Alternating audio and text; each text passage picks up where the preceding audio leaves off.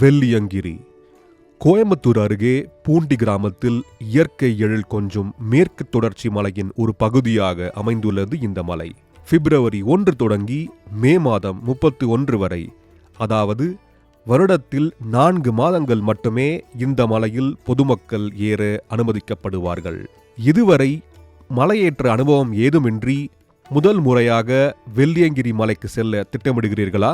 உங்களுக்கு ஏற்கனவே மலையேற்ற அனுபவம் இருந்து முதல் முறையாக வெள்ளியங்கிரி மலைக்கு செல்லும் திட்டம் இருப்பதால் அந்த மலையை பற்றிய நுணுக்கமான விஷயங்களை தெரிந்து கொள்ள விரும்புகிறீர்களா? உங்களுக்காகவே இந்த வீடியோ. இவற்றையெல்லாம் உங்களிடம் பகிர்ந்து கொள்வதற்காகவே நானே நேரடியாக மலை ஏறி அந்த அனுபவத்தை பெற்று வந்தேன். வெள்ளியங்கிரி மலையில் என்னவெல்லாம் இருக்கும் என்பது குறித்து பல காணொளிகளை நீங்கள் பார்த்திருக்கக்கூடும். ஆனால் ஒரு மலையேற்றத்திற்கு உங்களை எவ்வாறு தயார்படுத்திக் கொள்ள வேண்டும் என்பன போன்ற விவரங்களை எந்த காணொளியும் சரியாக கூறுவதில்லை. என் வெள்ளியங்கிரி பயண விவரங்களோடு மலையேற்றத்துக்கு உங்களை எப்படி தயார்படுத்திக் கொள்ள வேண்டும் என்பதையும் இந்த வீடியோவில் நீங்கள் தெரிந்து கொள்ளலாம். மலையேற்றத்திற்கு தயாராகலாம் வாங்க. மலையேற்றத்திற்கு செல்லும் முன் முதலில் கவனிக்க வேண்டிய மிக முக்கியமான விஷயம் நமது இதயத்தை அந்த சவாலுக்கு தயார்படுத்துவது. மலை ஏறும்போது உங்கள் இதய துடிப்பு மிக வேகமாக துடிக்கும். எனவே எந்த ஒரு மலையேற்றத்திற்கும் கார்டியோ பயிற்சி அவசியம். நீங்கள் உடற்பயிற்சி ஏதுமின்றி ஒரே இடத்தில் அமர்ந்து வேலை செய்பவராக இருந்துவிட்டு திடீரென வெள்ளியங்கிரி மலை ஏறத் தொடங்கினால் அது உங்கள் இதயத்திற்கு பெரும் அதிர்ச்சியை அளிக்கும். நீங்கள் இந்த வகையை சேர்ந்தவர் எனில் உங்கள் கார்டியோ பயிற்சிகளை முன்கூட்டியே தொடங்கிவிடுங்கள். வேகமாக நடப்பது, ஓடுவது, ஸ்கிப்பிங், சைக்கிளிங், ஸ்விம்மிங் போன்றவற்றில் உங்களுக்கு விருப்பமான ஒரு பயிற்சியை தேர்ந்தெடுத்துக் கொள்ளுங்கள். மலையேற்றம் செல்ல குறைந்தது 7 நாட்களுக்கு முன்பாகவே ஜங்க் ஃபுட்ஸ், எண்ணெயில் பொரித்த உணவுகள் தவிர்ப்பது நல்லது. மலையேற்றத்தை பொறுத்தவரை நமது உடலின் கீழ்ப்பகுதி, குறிப்பாக கால்கள் மற்றும் குளூட்ஸ் தசைகளே அதிக அளவில் செயல்படுகின்றன. எனவே கீழ் உடம்பை வலுப்படுத்துவது மிகவும் அவசியம்.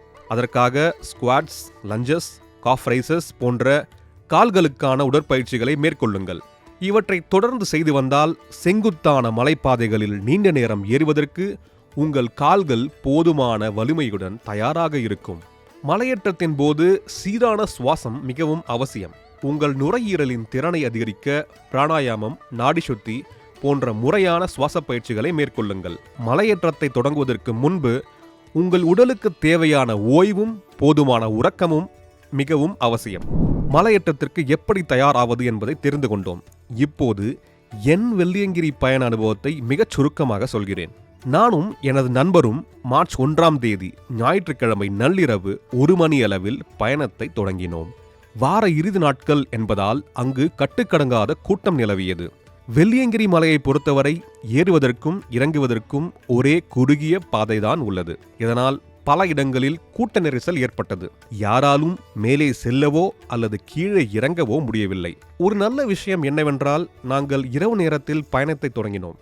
நீங்கள் பகல் நேரத்தில் ஏறினால் வெயிலின் தாக்கம் மிக அதிகமாக இருக்கும். செங்குத்தான பாறைப்படிகள் நிறைந்த அந்த பாதை உங்கள் உடல் வலிமையையும் கால்களின் வலிமையும் சோதிக்கும். அந்த இடத்தில்தான் நீங்கள் ஏற்கனவே செய்த கார்டியோ மற்றும் சுவாச பயிற்சிகள் உங்களுக்கு பெரும் உதவியாக இருக்கும். மேலே தண்ணீர் கிடைக்காது என்பதால் பிளாஸ்டிக் அல்லாத பாட்டில்களில் தேவையான அளவு தண்ணீரை கொண்டு சென்று விடுங்கள். அது மட்டுமின்றி ஆரஞ்சு, சாத்துக்குடி போன்ற சிட்ரஸ் வகை பழங்கள், உடல் சோர்வடையாமல் இருக்க பாதாம், முந்திரி போன்ற நட்ஸ். இரவு நேர பயணம் என்பதால் ஒரு டார்ச் லைட், மலை ஏறவும் இறங்கவும் உறுதுணையாக ஒரு மூங்கில் தடி, ஏதேனும் அசாதாரண சூழலை சமாளிக்க ஒரு அடிப்படையான மெடிக்கல் கிட், இவற்றையெல்லாம் கொண்டு செல்லுங்கள். பாறை படிகளை கடந்து 4வது மலைக்கு வரும்போது அது ஒரு சொர்க்கம் போலவே தோன்றும். முதல் 3 மலைகளில் ஏற்பட்ட சோர்விற்கு இது ஒரு மருந்தாக அமையும். இங்கு ஓரளவிற்கு சமதளமாக இருப்பதால் அங்கிருந்து இயற்கையின் அழகை ரசித்தவாறே நிம்மதியாக மூச்சுவிடலாம். சிறிது தூரத்திற்கு பிறகு 5வது மலை தொடங்குகிறது. இது முதல் 3 மலைகளை விட கடினமானது அல்ல என்றாலும் இங்கு படிகள் இருக்காது.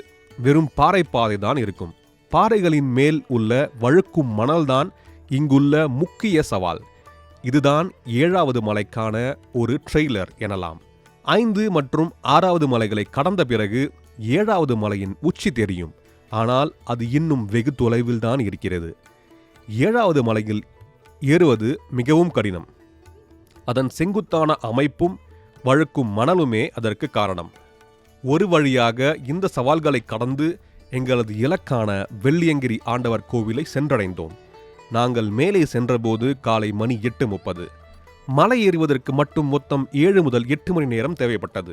ஆனால் இத்துடன் சவால்கள் முடிந்துவிடவில்லை. 7வது மலையிலிருந்து இறங்குவது ஓரளவிற்கு எளிதுதான். அதனை 1 முதல் 2 மணி நேரத்தில் முடித்துவிடலாம். வழுக்கும் மணலில் மிகவும் ஜாக்கிரதையாக இருக்க வேண்டும். இறங்குவதில் உள்ள உண்மையான சவால் 4வது மலையிலிருந்து தான் தொடங்குகிறது. ஆழமான அந்த பாறை படிகளில் இறங்குவது ஏறுவதை விட அதிக அபாயகரமானது.